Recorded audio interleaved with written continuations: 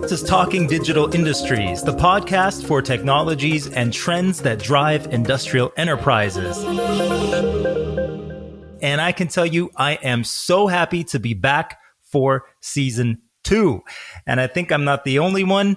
I hope our listeners and the people at Siemens are just as happy as I am, because I really enjoyed the first season.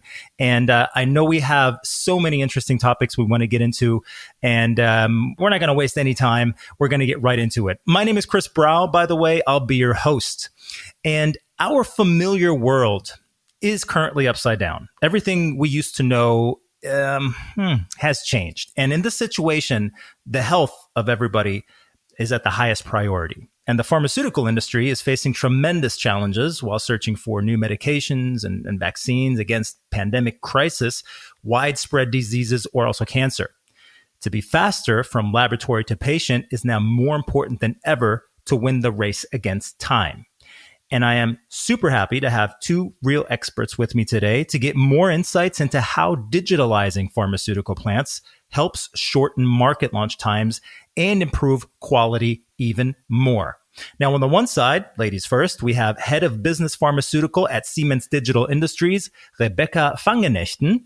And we have with us the Senior Manager Operations at Pfizer in Germany, Gunther Bechmann. Welcome, Rebecca and Gunther. Good to have you here. And tell us, how are you guys feeling today? Good. Thank you, Chris. Yeah, you mentioned the current situation with COVID-19. Yeah, of course, in this fight against COVID-19, a vaccine is a critical part of addressing the global health crisis by decreasing rates of infection, disease, and death worldwide. And as you know, Pfizer and BioNTech are leveraging our decades of scientific expertise, working together to develop, test, and manufacture a vaccine to help prevent COVID-19. And you can imagine the corona pandemic has made me realize even more how important the work of research-based pharmaceutical companies like Pfizer and BioNTech is. Yeah, I heard you were working on something over there. Let's put it that way. And let me tell you, it's no coincidence that both of you are located in the same kind of area in Germany. And I'm going to try to describe this for our international audience. Like, you probably have heard of the Valley, like Silicon Valley in the States, which is, basically the birthplace of all kinds of tech companies. It's, where all these big startups come from. And this is basically the same when it comes to pharmaceutical companies in Freiburg and Karlsruhe. These 2 cities are located in the so-called Ländle. All right. Now, this is a German term, but you can kind of you can put it up there with the Valley, I'd say, in your industry. Don't you agree? Yep. Sure. Yeah, definitely. Do you 2 speak any of that slang, by the way? No, I can't help you there, Chris. I just tried to manage in normal German, let's say. So to be honest, I'm German, but I am also not able to talk this dialect. Of course, I can understand it, but it's, I grew up in the north of Germany, so I'm not in this dialect at all. Yeah. So for our audience out there, you kind of sense that it's really not that easy trying to understand. But once again, a lot of technological innovations from that area. You said you're from the north, Gunther. Rebecca, where are you from, originally? From Belgium, also the north, but then Belgium, a bit smaller than Germany. Ah, look at that. All right. And I know that you've been around the world, so to say, though, also, Rebecca. Thinking of the challenging times just recently, how did you personally experience the last month? Now, I know that you were stuck somewhere during the first lockdown, right? Yeah, well, in the first lockdown, I was still finishing up my old job in Siemens. I looked after the Middle East region and literally got stuck there, let's say. So I started this new role in pharmaceuticals out of my home office in Dubai and only joined the team here in Karlsruhe 2 months after originally planned. So that was a bit of a strange situation, but we managed. These days, technology, that's all possible. And kind of like the best kind of preparation for the way we work now, huh? In a way, yeah, indeed, yeah. And how about you, Gunther? How did you experience the last couple of months personally? Yeah, it's of course also a tough time for everybody. And so in my case, as we are a production site, I was always in the site, looking for the operations because there's no stop with perspective to the delivery of our medication to the patient. So I was every time in my office and supporting the operations. Busy schedules, both of you. Rebecca, thinking about the industry in general, it's so full of amazing, thrilling, exciting topics. Why did you go for pharma? Why did I go for pharma? I am a biomedical scientist by education and ended up in Siemens amongst a lot of very clever engineers. I think the real reason as to why I was hired so many years ago is because of one of the trends that we see very clearly happening in the industry, and that is that there is a clearer bridging between our R&D departments and production departments. It's coming closer and closer together.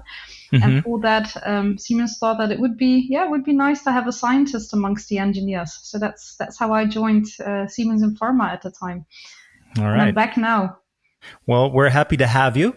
And if we take a look at the current situation, usually it takes some time to bring new pharmaceuticals to the market. Maybe you could tell us, especially for those who've never been in contact with the industry, why does it usually take so long? What does such a process look like? Well, in pharma, it's always about quality and safety, right? So nobody wants to bring out a product that is not thoroughly tested. Testing we do in clinical trials. I think in the meantime, unfortunately, due to COVID, we all have become a bit of pharma experts ourselves, following the news and trying to understand where specifically development of vaccines is finding itself. And it's indeed these clinical phases on bigger groups of populations when we go from phase 1 to 2 to 3 that are trying to determine if the efficacy of a drug is there and if specifically also the drug is safe to be provided to the entire population, hopefully. And that's just taking its own sweet time, Chris. It needs to be tested thoroughly, and all of the different scenarios need to be considered. Now, that's from your perspective. What about you, Gunther? Yeah, I totally agree with Rebecca. So it's about efficiency and safety, which have to be proven in studies, also known as these clinical trials. And yeah, the industry needs, on average, around 12 years for the approval of a new drug. And looking at Freiburg, so we are specialized in oral dosage forms, so tablets and capsules. And as soon as a drug candidate is found and the active ingredient can be produced in larger quantities, scale-up production starts in Freiburg or also in our R&D unit.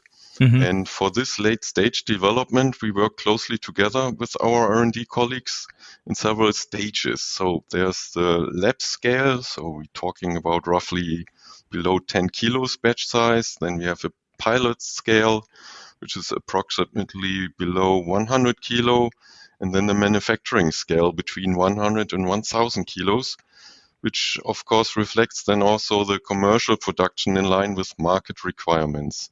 So it's very exciting because you can still fine-tune your process. As you go along. And you just mentioned, Rebecca, you mentioned the media before. We all kind of like became or have become these kind of like pharmaceutical experts, which we're obviously not. But how is that when you talk to friends or family about the topic? Like, do you have experts in the family who you get into regular discussions with? I do happen to have a few doctors in the family, but there it's more talks of how do we keep ourselves safe. They are working in hospitals, and they are truly the people that I think we're all very, very proud of, irrespectively of which country we're in, because they're really the heroes of today. Apart from that, of course, friends and family do ask, which vaccine should we take, Rebecca? Which one do you recommend from which company? And what about this messenger RNA? It's such a new technology. So, and we are privileged as a Siemens to help many of these companies with their production facilities as we speak. So we do have a bit of an insight as to how things go about. I can assure everybody that the highest quality of standards, as always in the industry, are being applied. It's just that it's all hands on deck these days, and we're truly trying to win this race against time all together. But how can you win this race against time? We just heard it usually takes 12 years. Was that correct? But basically, how can you win this race against time, even with all hands on deck? Well, obviously, authorities are also doing their part here. In accelerating approval processes, we should not neglect or underestimate the fact that everybody here sits in the same boat, and that we see that many countries are helping the industry from that perspective. On the other hand, and this is the fascinating thing for us as a technology company in Siemens, we see that there is a high adaptation all of a sudden for topics like digitalization, to give that a try now in order to win a couple of weeks, hopefully a couple of months, to get new products out to the market faster. One of those technologies that we're using a lot at Siemens, also for COVID-19 vaccine production, is that of digital twins. So we would either reproduce in a digital world the entire production process or a particular process step with which the customer has challenges and issues. And we would use models and artificial intelligence and simulation to reproduce that particular process step in the virtual world, and thereby we reduce the amount of experiments that need to be done, with all the positive consequences of indeed, winning a lot of time to come to a final conclusion of what that production process then needs to look like in order to conceive this critical quality attributes for the product at the end.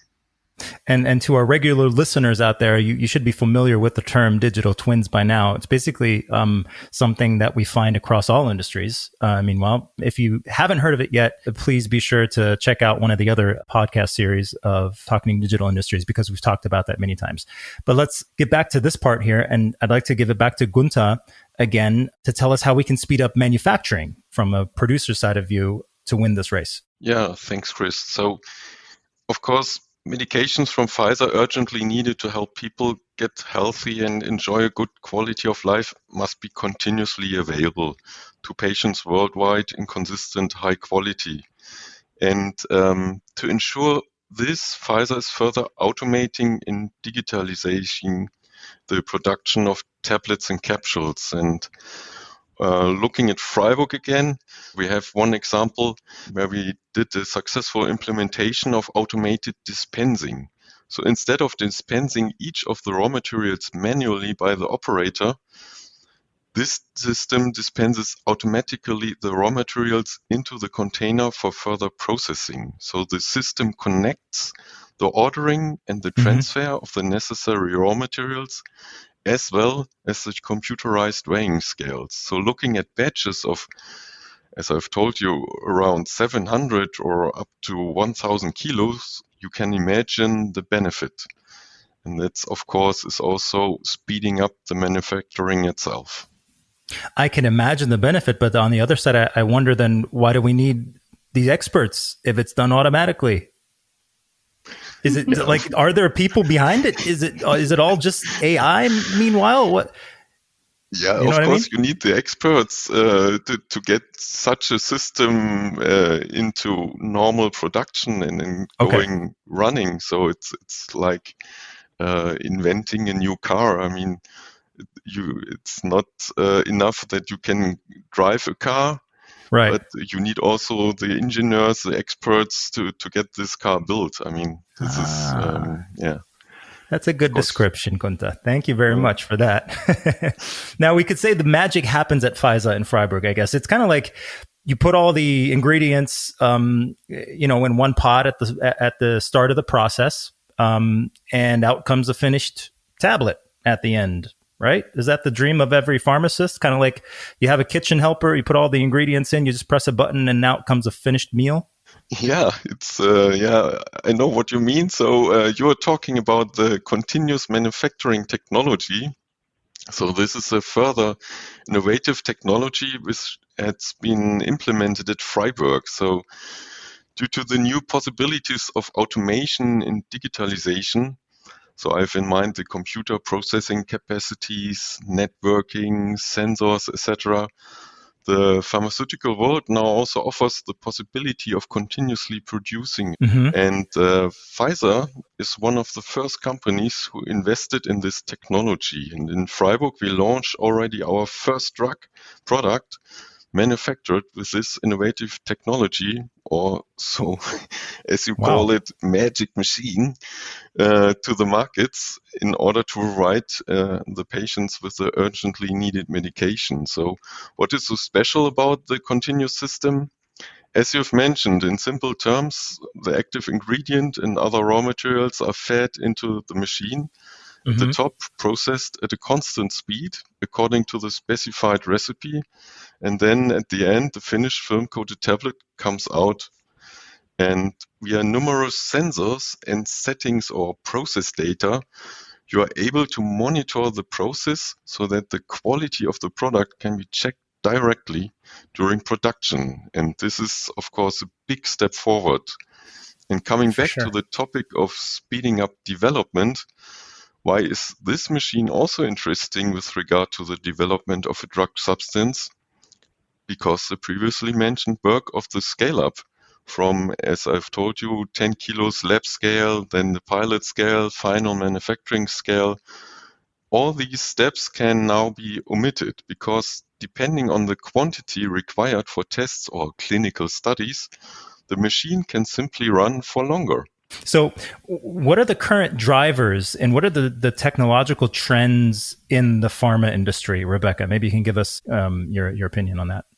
Well, I would say Gunther described one particular trend very, very nicely just now, continuous manufacturing, and that also captures a general trend, I would say, that we see in the industry happening for the last 10 years or so, and that is that we step away a bit from this very, very classical way of thinking that I define my process and after that my process has to be run for the next 20 years without improving anything, because we live in a validated industry, highly regulated industry here in pharma, and therefore innovation has proven to be difficult in the past. Yeah, thanks to a bit more innovative thinking, also from regulatory bodies, we've seen that in the last 10 years, I would say, the industry has really opened up.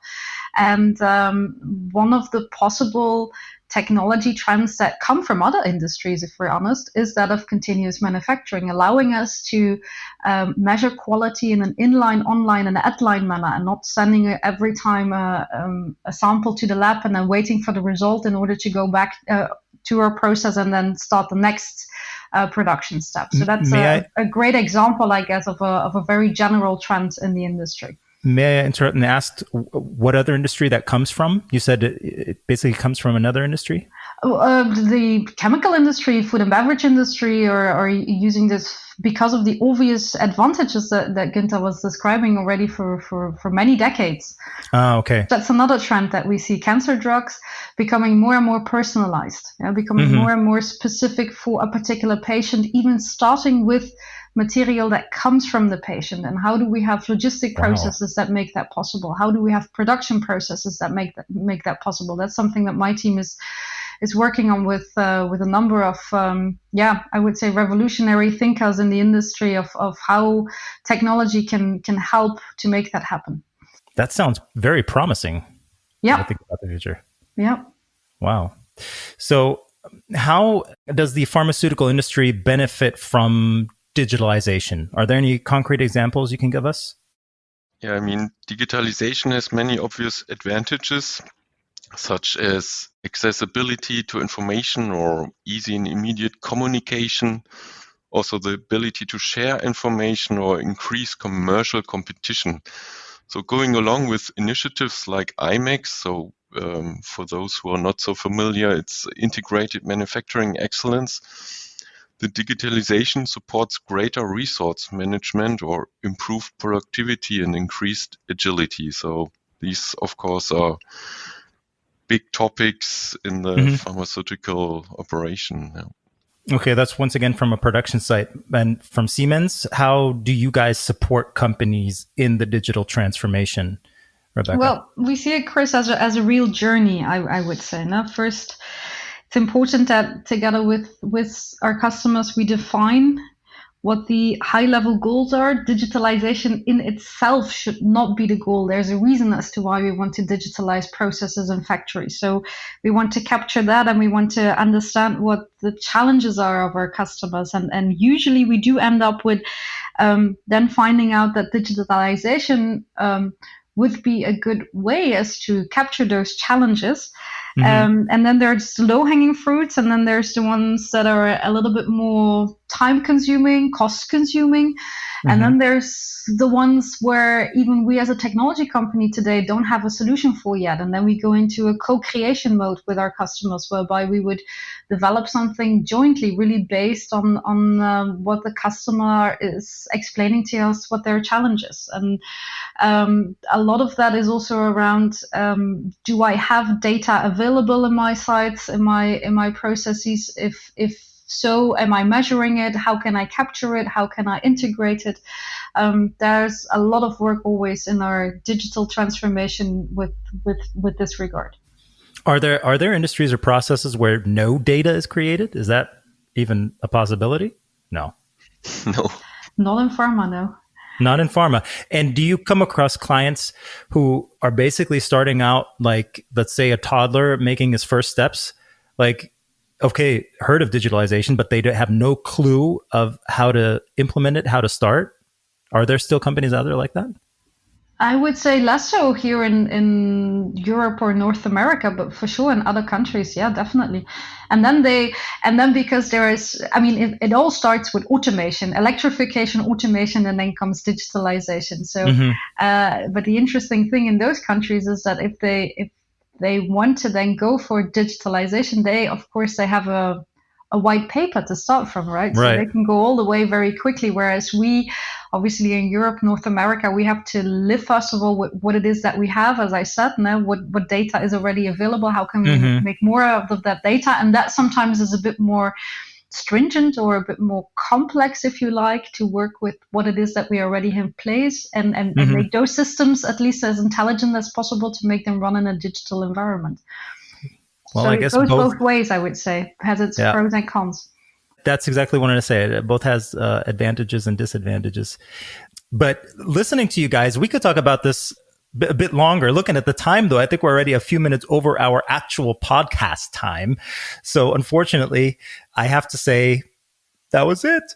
Thank you, guys. Thank you very much for your inciting insights. I hope you guys enjoyed it. We did, yeah, or at least I did. Yeah, thanks for having us. Yeah. Thank you very much for joining us. And also thank you very much to our listeners. I'm glad that you tuned in for the first episode of the second series of Talking Digital Industries. And if you enjoyed the chat and you want to learn more, all you have to do is visit siemens.com/pharma for more information, and also stay tuned for our next episode. This is Talking Digital Industries. I'm Chris Brow, and please join us again soon. Bye-bye, take care, and stay healthy, everybody.